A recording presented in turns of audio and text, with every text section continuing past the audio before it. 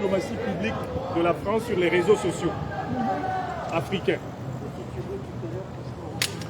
Je voudrais ensuite remercier et renouveler du fond du cœur ma reconnaissance à l'intrépide collectif d'avocats dirigé par Maître Ndifutao Woshawo Aboubek,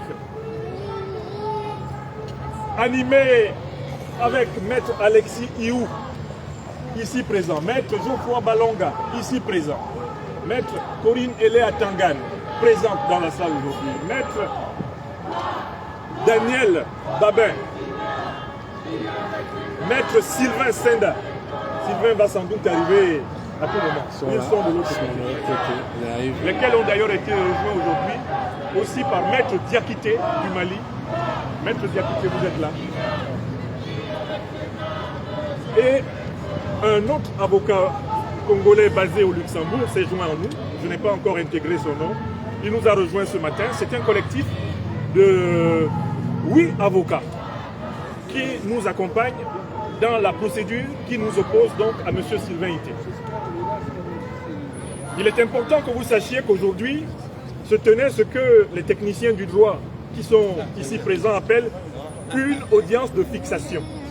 Il s'agissait de fixer les conditions dans lesquelles le procès contradictoire entre Sylvain Ité, l'accusateur, et Franklin Nyamsi, l'accusé, aura lieu.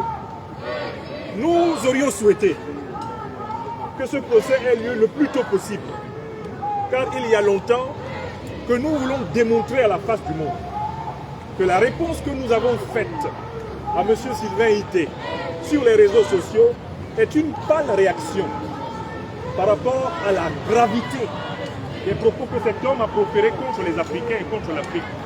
Cela depuis plusieurs années. Il se trouve que c'est la justice qui décide de son rythme. L'audience contradictoire où sera plaidée l'affaire est donc annoncée pour le 7 mai 2026, soit pratiquement dans un an. Quand l'audience est annoncée pour 2026, c'est aussi parce que cela donne le temps à toutes les parties de s'y préparer. Nous et nos avocats, mais en face, sans doute s'applique le principe du proverbe ivoirien qui dit que Dieu connaît bagage qui est lourd. L'empressement avec lequel M. Ité semblait vouloir faire croire qu'il suffisait de me faire attraire, de m'attraire au tribunal pour que j'y sois sévèrement puni, cet empressement a été refréné par la patience de la justice et du droit. Le temps nous est donné de voir qui a offensé qui dans cette affaire. Alors, qui a offensé qui? Autrement dit, qui a vendu qui en esclavage? Entre l'Afrique et la France, qui a vendu qui en esclavage? C'est la France. Entre l'Afrique et la France, qui a attaqué avec des armées sauvages et barbares pendant 200 ans les Africains pour les soumettre à la colonisation? Entre l'Afrique et la France, qui a organisé la pseudo-décolonisation des années 50-60 pour maintenir des armées, une monnaie criminelle du franc CFA, maintenir des roitelets, des vassaux, des lèche-culs, des bourgeois compradors, des criminels en col blanc à la tête de nos pays. Qui a fait cela? Qui a organisé plus de 60 coups d'État pour imposer des valets à la tête de l'Afrique? Le fond du procès est celui-là. C'est parce que moi je démontre avec preuve à l'appui que cette politique néocolonialiste de la France doit prendre fin. Que le président Macron a nommé à un moment donné M. Sylvain Ité, ambassadeur chargé de la diplomatie publique de la France en Afrique, avec pour objectif de nous répondre. Au lieu de répondre à des faits par des contrefaits, il répond à des faits par l'usage et l'instrumentalisation de la vérité. Puisqu'il se dit, je suis ambassadeur, c'est le président de la République qui m'a envoyé, eh bien, je peux, grâce au président de la République, obtenir que la justice s'aligne derrière le combat pour lequel j'ai été missionné et frappe les panafricanistes. Voilà le mécanisme de l'affaire. Alors, quels sont les propos pour lesquels M. Ité me traîne autour? des propos très simples, dans lesquels j'interprétais la somme de ces déclarations contre moi sur Facebook, sur LinkedIn, sur YouTube, sur Twitter, qu'on appelait X. Dès qu'il a été missionné pour s'occuper des panafricanistes, il est venu sur mes pages, me dit que je suis un fonctionnaire de l'enseignement public en France et que ce n'est pas normal que je critique la politique africaine de la France. Mieux, il a dit que ma femme et mes enfants bénéficiaient, comme moi, de la France et que la France était très bonne maman pour les gens qui vivent à ses crochets et qui passent leur temps à la critiquer. Ce sont ces propos-là, réitérés plusieurs fois de M. Ité et qui sont documentés. Nous avons rassemblé plus de 30 pièces qui m'ont amené à dire que des gens comme M. Ité veulent imposer aux citoyens français d'origine africaine l'abandon de l'Afrique comme condition de l'acceptabilité en France. La trahison de l'Afrique comme condition, en quelque sorte, d'une béatification comme citoyen de bonne conduite ici en France. Et que c'était un chantage inacceptable. C'est tout ce que j'ai dit. C'est pour avoir dit cela qu'il me traîne au tribunal dans l'espoir que je sois condamné et ruiné. Parce que derrière toute cette affaire, en fait, il y a une cabale plus vaste. On me fouille, on me trifouille aux aéroports depuis 5 ans. On m'a conduit 3 fois en garde à vue aux aéroports, 3 fois à l'aller, 3 fois au retour. On a inventé de toutes pièces une affaire, de soi-disant abus de biens sociaux où je n'étais l'objet de la plainte de personne et où je n'ai utilisé aucun denier public français. On a brisé une procédure qui avait été classée sans suite au tribunal de Rouen par Madame la procureure Corinne Gérard. On est allé déterrer l'affaire pour dire qu'il faut absolument la relancer. On a fermé pendant pratiquement 6 mois tous mes comptes bancaires, m'empêchant d'accéder à des revenus qui me permettent de m'occuper de ma famille. On a augmenté de 150% mes impôts au mois de septembre 2024. Et depuis pratiquement le mois de janvier, l'administration fiscale arrache pratiquement 60% de mon salaire pour me forcer à payer une augmentation de 150% d'impôts qui n'a pas été justifiée malgré les plaintes portées par mes avocats. Ce harcèlement a pour but de m'amener à abandonner le combat intellectuel, spirituel, moral que nous avons tous décidé de mener pour que nos enfants ne connaissent pas des situations comparables à celles que nous avons connues et celles que nos parents connurent.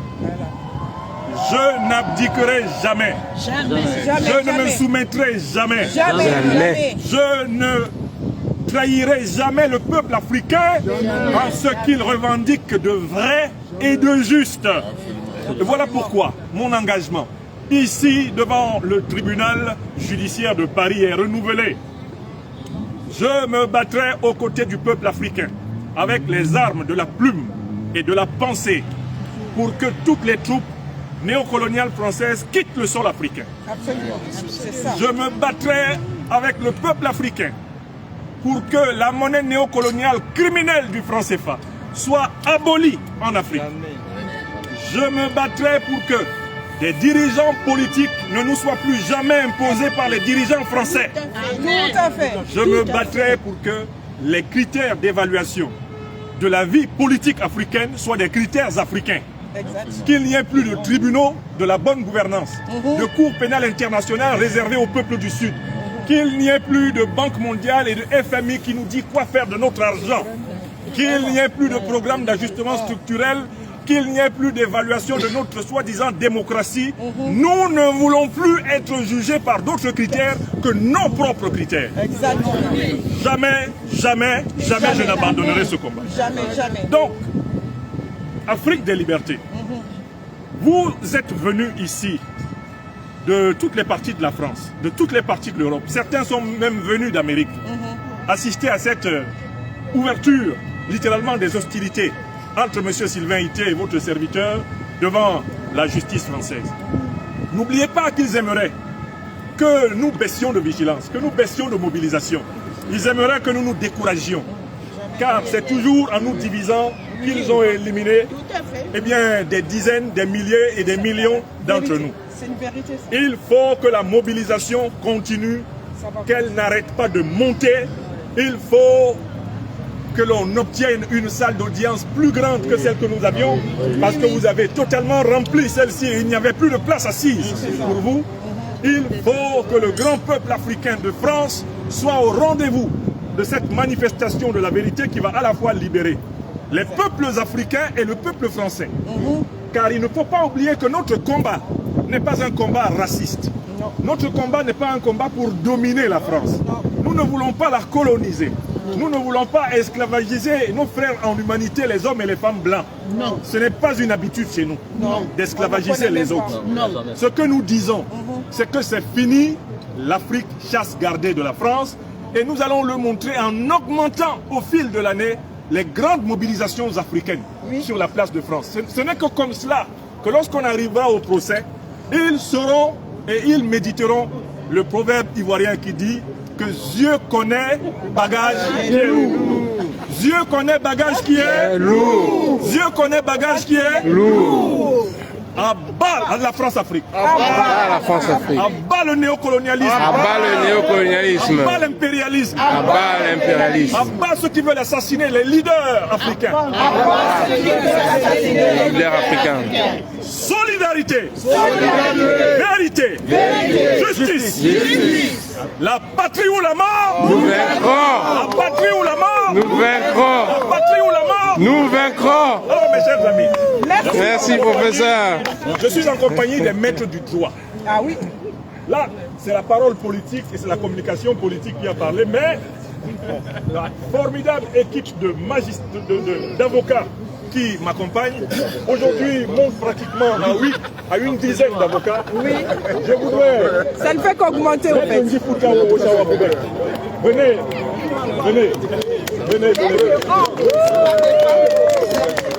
Applaudissez. Venez prendre la parole.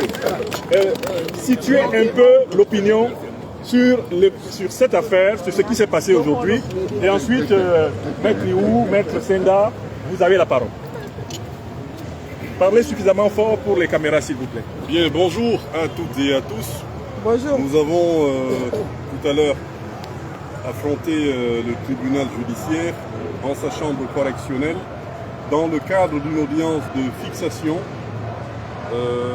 relativement à la plainte portée à l'encontre de notre client, le professeur Franklin Nyamsi, par M. Sylvain Ité, à présent ambassadeur de la République française en Colombie.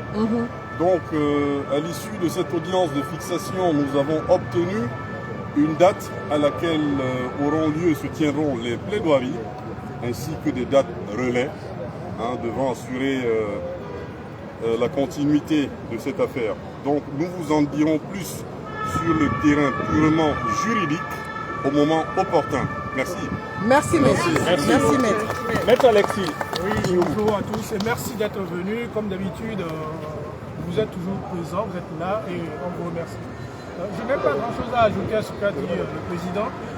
Nos questions de droit seront évoquées ce jour-là. La seule chose qu'on peut regretter, c'est que la fin ne soit pas fixée plus tôt Mais oui, que prévu. on voulait en découper. Vous savez, quand un boxeur a envie de boxer, ça, c'est le mieux.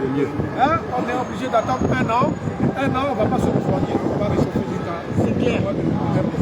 Merci à tous. Merci. Maître Sylvain Senda.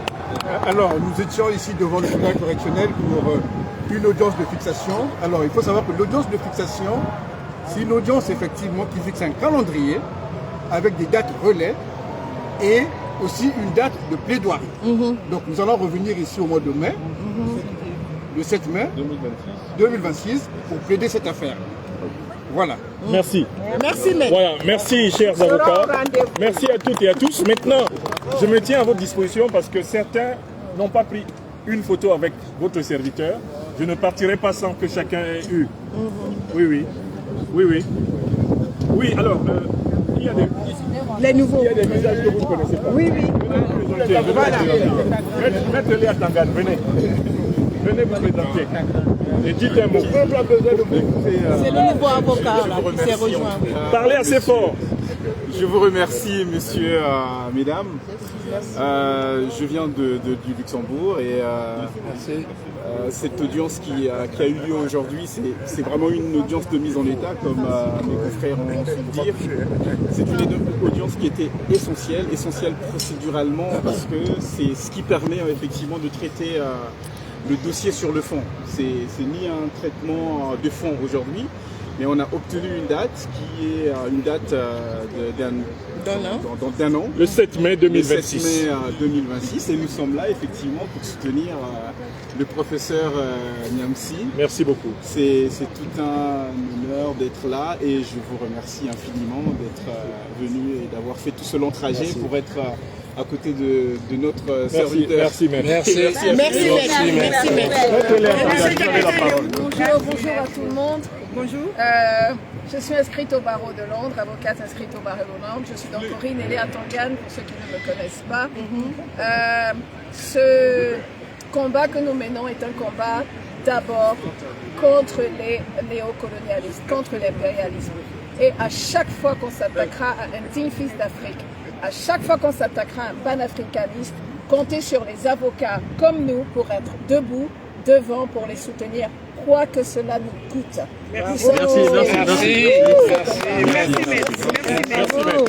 Maître Diakité, vous avez la parole. Oui, Maître Diakité du barreau de Paris. Je suis malien. J'étais en séjour au Mali. Je suis revenu hier pour pouvoir assister à cette audience. Merci mon frère. On a 1000 procédures contre le professeur. Nous serons là pour le défendre. Amen. Merci beaucoup. Voilà. Donc voilà pour les déclarations. Merci infiniment. Voilà. Il y a quelques dédicaces à faire. Vous avez quelques ouvrages. Vous voulez que je dédicace? On va se placer à